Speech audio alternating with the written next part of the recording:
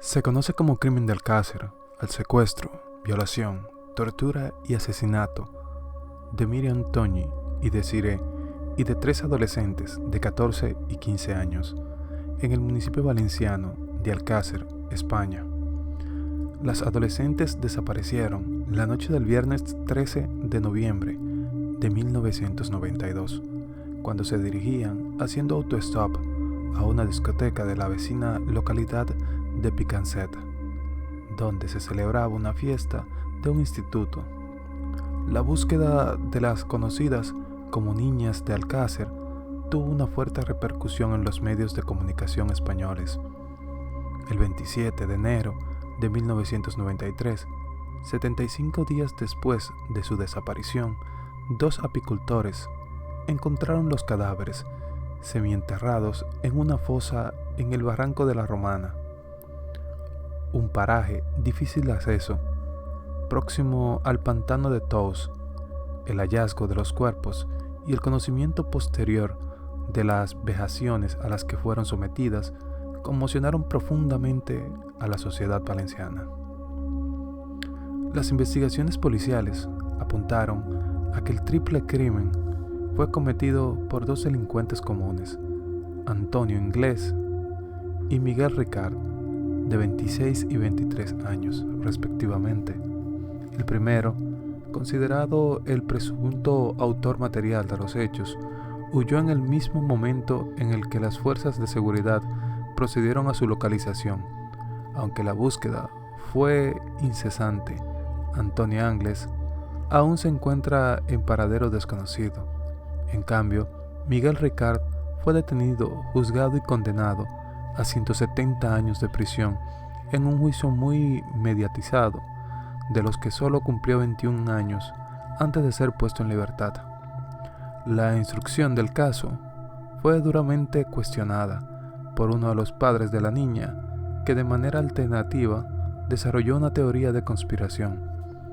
Según esta, la versión oficial era una tapadera para encubrir a los verdaderos criminales, un grupo de políticos y empresarios poderosos involucrados en la producción de videos snuff, aunque buena parte de la teoría se sustentaba en especulaciones y acusaciones infundadas, algunas de ellas delictivas.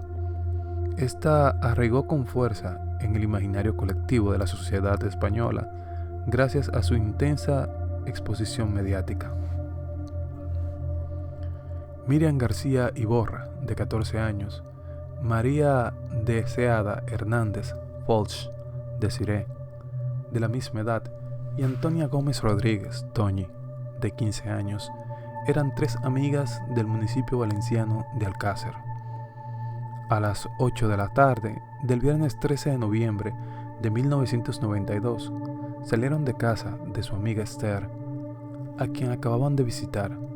Su intención era dirigirse a la discoteca Color, situada en las afueras del municipio colindante de Picancet, antes de su cierre a las 10. Previamente, Miriam había llamado a casa para ver si su padre las podían llevar, como era habitual, pero este había llegado del trabajo con fiebre y estaba en la cama. Esther, con gripe, decidió quedarse en casa.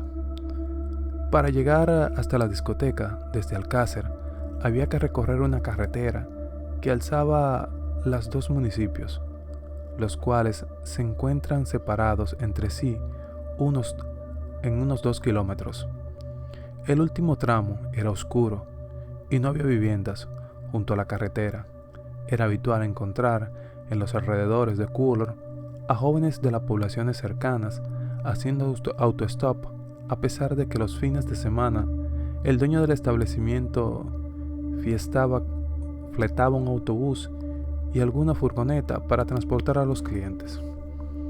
Aparentemente, aquella noche, las 3 adolescentes decidieron desplazarse haciendo autostop, pero desaparecieron antes de llegar a su destino. La búsqueda de las adolescentes fue intensa desde el día siguiente a su desaparición y no estuvo exenta de incidentes. Ese mismo domingo, 2 voluntarios de protección civil de 26 y 35 años que estaban participando en las labores de búsqueda por los barrancos de Picansett fueron arrollados por un todoterreno. El más joven murió en el acto, mientras que su compañero fue ingresado en el hospital con un traumatismo cráneoencefálico y 14 fracturas en las piernas, de las que se consiguió recuperar con secuelas. El mismo día, después de las 10 de la noche, las familias de las muchachas esperaban su regreso a casa. Sin embargo, las chicas se habían ido con los puestos y casi sin dinero. Este hecho descartaba la idea de una huida voluntaria y empezaba a alimentar la teoría de un rapto. Aunque la ausencia de pistas era desalentadora, los investigadores recibieron numerosos testimonios de personas que creyeron haber visto a las niñas en diferentes puntos de España ese fin de semana. Los testimonios más verosímiles fueron aquellos que describían el posible recorrido de las niñas desde Alcácer en dirección a la discoteca Color. Así, una pareja de jóvenes declaró haber acercado con su coche a las 3 niñas desde la salida de Alcácer, donde hacían autostop, hasta la gasolinera situada en la entrada de Picansett. Ya en Picansett, un chico de Alcácer que regresaba de Color dijo haberlas visto mientras caminaban en dirección a la discoteca. Por último, una señora de Picansett manifestó haber visto desde el balcón de su casa cómo las 3 niñas hacían autostop debajo de su casa. La mujer aseguraba que un pequeño coche blanco, ocupado por 4 personas, paró a la derecha de la calzada y vio cómo las 3 niñas se subieron a él. Las fuerzas de seguridad centraron sus primeras investigaciones en amigos de las menores, clientes habituales de la discoteca y sus dueños, llegando a la conclusión de que las adolescentes no habían llegado al local en ningún caso. También se indagó entre los reclusos de la prisión de Picansett, puestos en libertad durante aquellos días. Además, se investigó a los delincuentes sexuales de la zona. Durante 2 semanas fueron tras la pista de un hombre que satisfacía sus deseos sexuales en un descampado con muñecas grandes que compraba en una tienda. El ayuntamiento de Alcácer editó miles de carteles con datos de las pequeñas y los medios de comunicación se volcaron en la búsqueda de las muchachas. Cientos de españoles aseguraron haber visto a las menores. Se llegaron a organizar dispositivos policiales en Granada y en Pamplona, siguiendo las pistas de las colaboraciones ciudadanas. Desde el gobierno, el ministro de Interior, José Luis Coguera, se interesó personalmente por el caso y se entrevistó con los padres de las jóvenes. Su ministerio formó un equipo especial conjunto de la Guardia Civil y la Policía Nacional para colaborar en la búsqueda. El presidente del gobierno, Felipe González, recibió en Nochebuena a las 3 familias y les transmitió su profunda preocupación como padre. La búsqueda se amplió fuera de España y se puso al corriente a los servicios de Interpol. Las familias de las desaparecidas distribuyeron carteles en varios idiomas por algunos países de África. Una pista llevaba a Marruecos, a donde podrían haberlas llevado como esclavas sexuales, y Europa. El día en que se hallaron los cuerpos sin vida de las 3 chicas, el padre de Miriam, Fernando García, se encontraba en Londres con periodistas para promover allí su búsqueda. El miércoles 27 de enero de 1993, por la mañana, un agricultor de 69 años de edad y su consuegro subieron al monte a revisar unas colmenas de su propiedad. El lugar, conocido como Barranco de la Romana, es un paraje montañoso en el término municipal de Tous, a unos 12 kilómetros al norte del pantano de Tous y unos 50 al suroeste de la ciudad de Valencia. A las 10 de la mañana, en las proximidades de la colmena, los apicultores descubrieron un brazo humano medio desenterrado que llevaba un reloj de gran tamaño en la muñeca. Un equipo de la Guardia Civil se trasladó al lugar de los hechos. El juez de Alcira encargado del levantamiento de los cadáveres, José Miguel Bort, tardó varias horas en llegar al lugar, pues estaba levantando un cadáver en otro municipio. En un primer momento, el tamaño del reloj en el brazo del cadáver hizo pensar al equipo que iban a desenterrar a un hombre.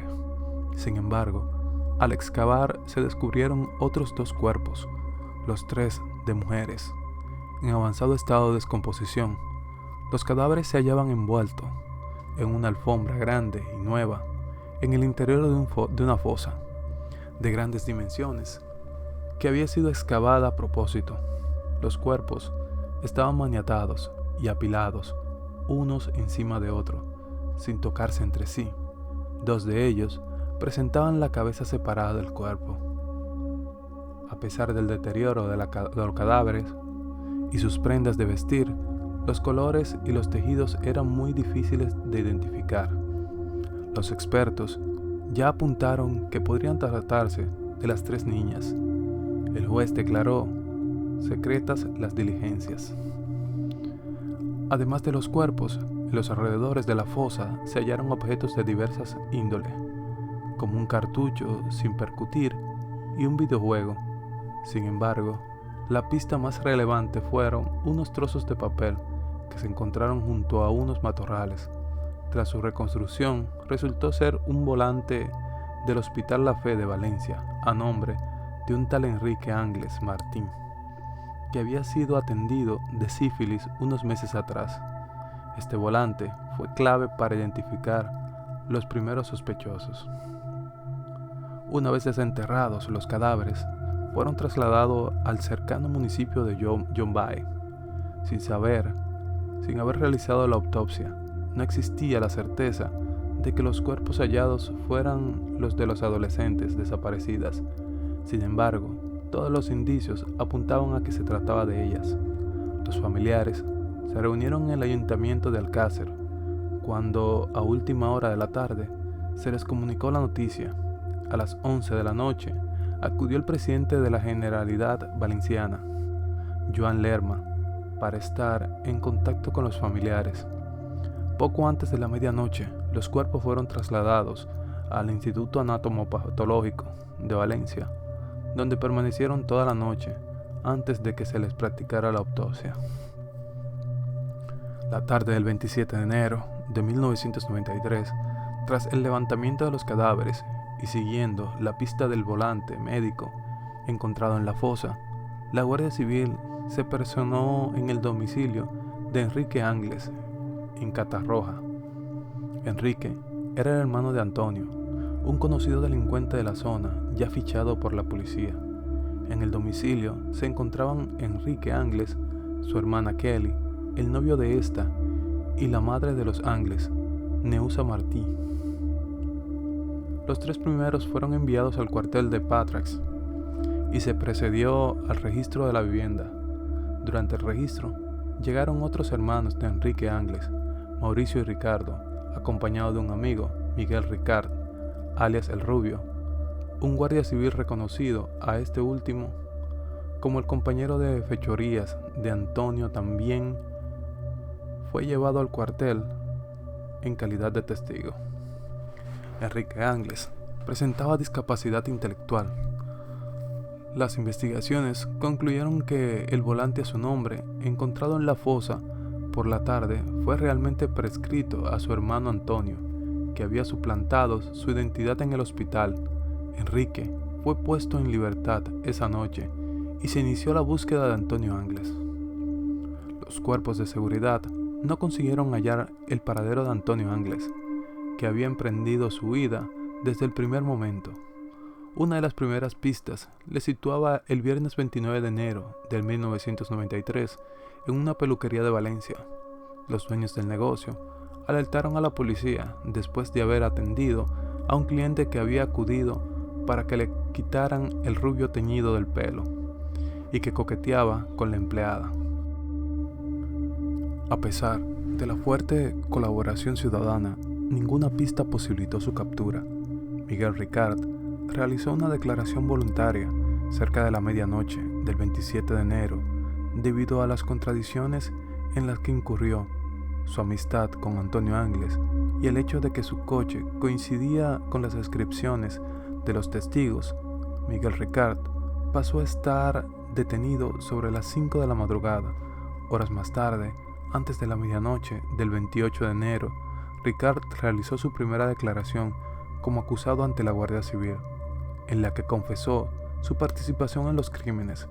Ricard, que quedó en prisión preventiva, confirmó su participación en otras 2 declaraciones realizadas los días 30 de enero y 2 de marzo.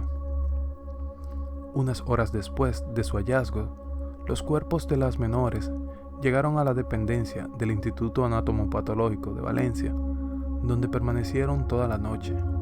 Al día siguiente, un equipo formado por 6 forenses de Valencia, encabezados por el catedrático Fernando Burdo Pascual, realizó el estudio de los cuerpos.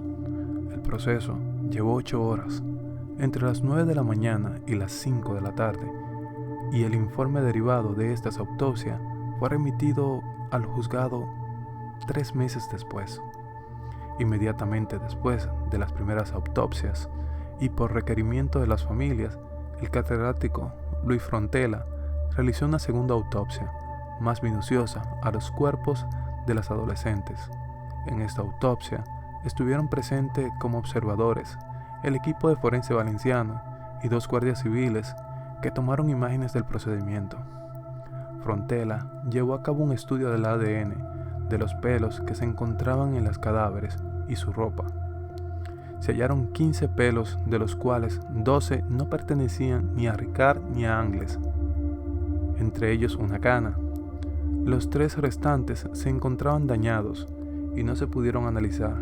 Frontela descubrió secuencias de ADN pertenecientes a entre 5 y 7 personas distintas en los pelos hallados, pero no pudo determinar el número exacto de personas que participaron en el crimen. Fontanella apuntaba a una participación de al menos 2 individuos, siendo más probable la participación de 3 o más.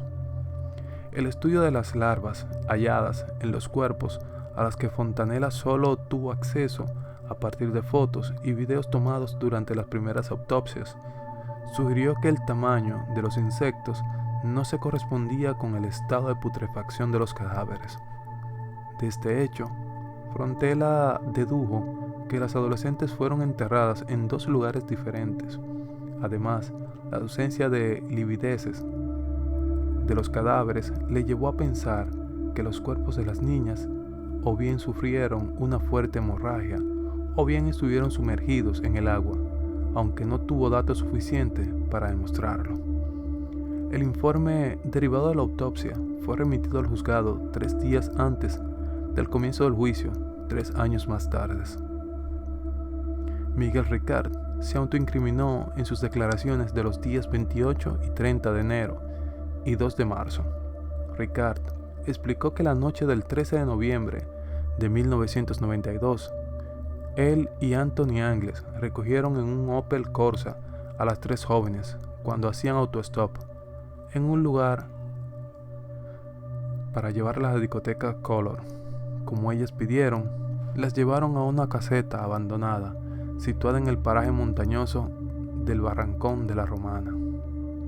Durante esa noche y la madrugada, las adolescentes permanecieron atadas a un poste de madera dentro de la caseta. Anthony Angles fue desatando de una en una a las adolescentes para violarlas, con la ayuda de Miguel Ricard, que le sujetaba las piernas para minimizar el forcejeo. El propio Ricard violó a Desiree antes de que Angles la obligara a entrar en la caseta. Angles y Ricard hicieron un receso para desplazarse a un bar del municipio vecino de Catadao, con el fin de comprar unos bocadillos para la cena.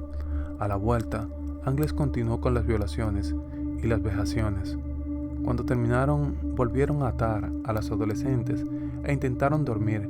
Como éstas no paraban de llorar, Angles se levantó furioso y con un palo las golpeó repetidamente para que callasen.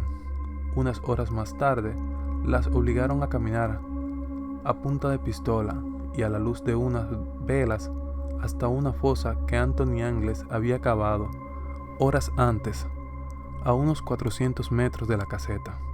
Allí Angles asesinó a las adolescentes de sendos disparos en la cabeza. A continuación envolvieron sus cadáveres en un trozo de mosqueta y los enterraron. El 29 de marzo, 2 meses después de su detención, Miguel Ricard realizó una cuarta declaración ante el juez José Miguel Bort, en la que dio un giro radical a su relato. Negó su participación en los crímenes y aseguró que la Guardia Civil le había torturado para forzar su autoincriminación. Sin embargo, esta nueva versión se contradecía con la opinión del médico forense, que le reconoció tras su detención que no apareció ninguna marca de lesión en Ricard. Hasta la celebración del juicio, Ricard realizó 2 declaraciones más, el día 3 de septiembre de 1993 y el día 30 de septiembre de 1994, en las que mantuvo haber sido torturado.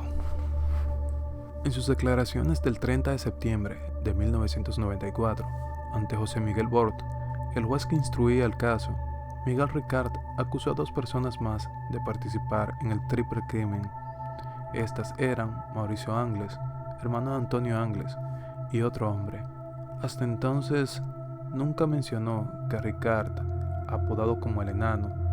Esto reabrió las investigaciones en 2 frentes.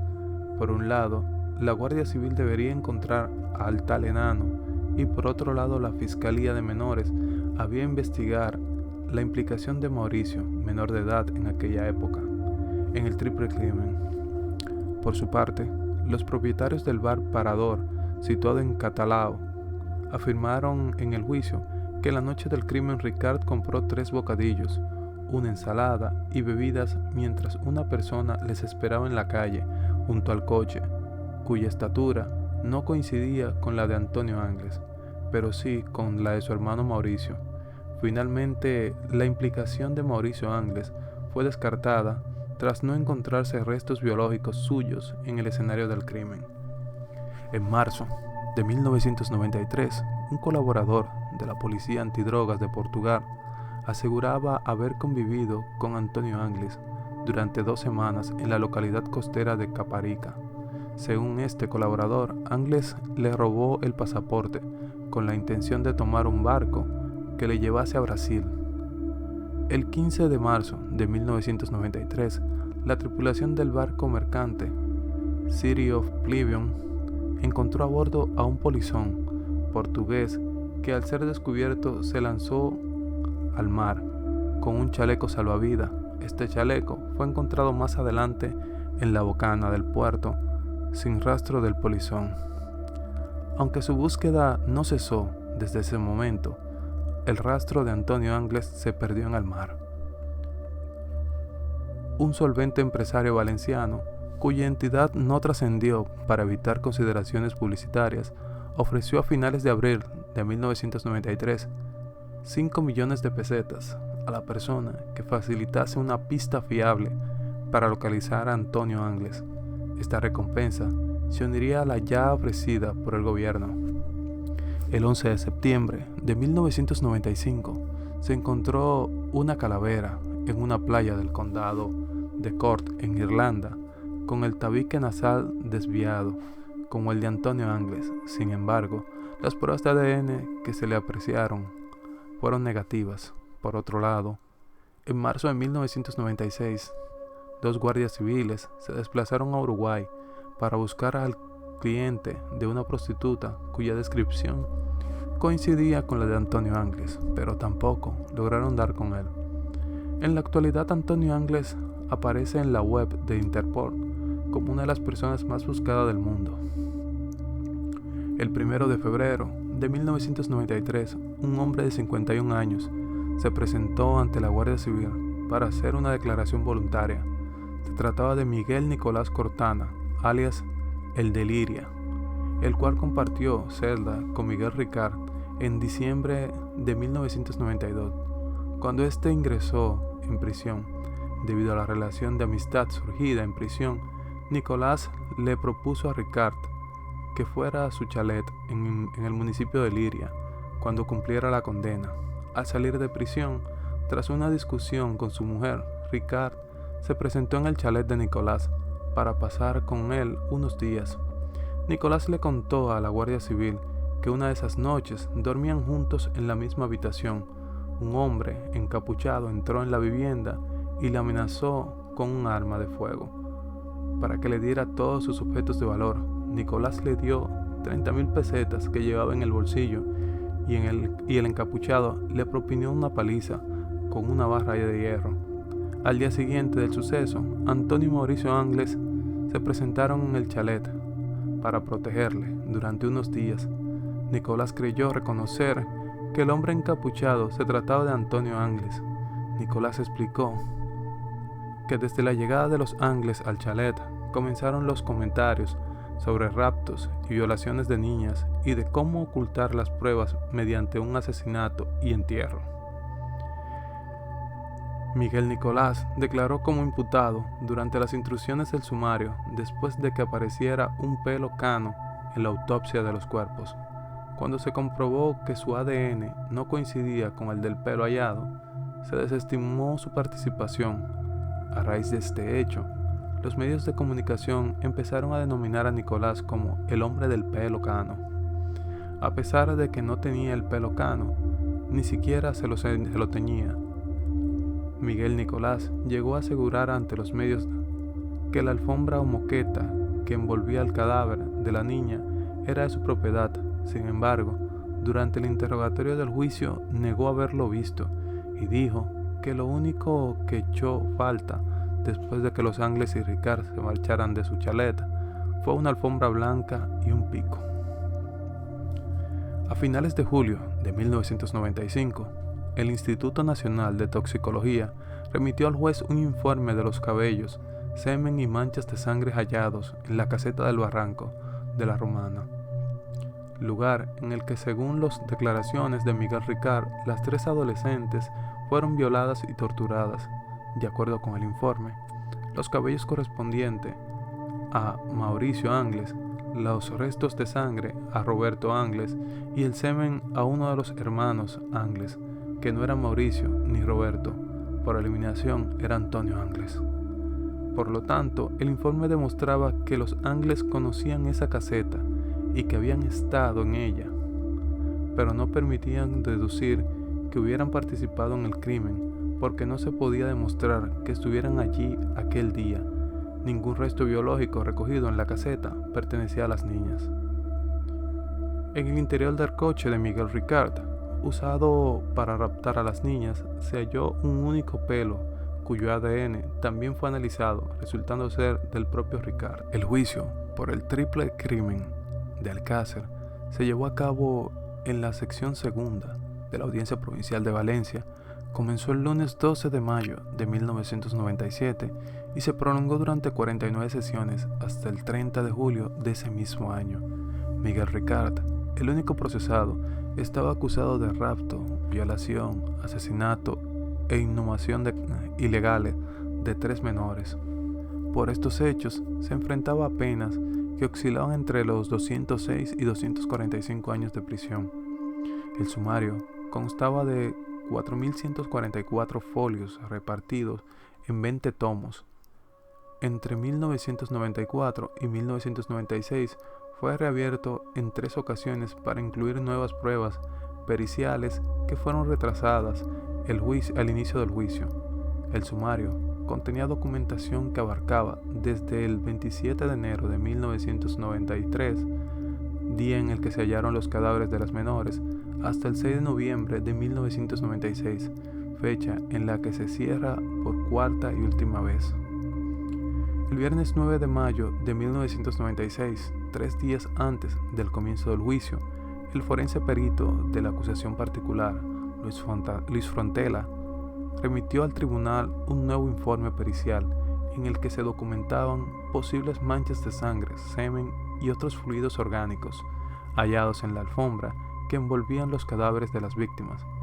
Para hallar las manchas, Frontela utilizó una nueva técnica que requería unos aparatos de los que no se disponía hasta unos meses antes.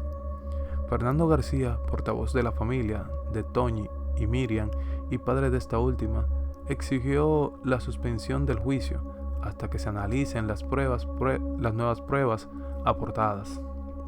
Fernando García afirmaba que no había suficiente evidencia que incriminara a Miguel Ricard y aseguró que en el crimen podrían haber participado al menos 6 personas más.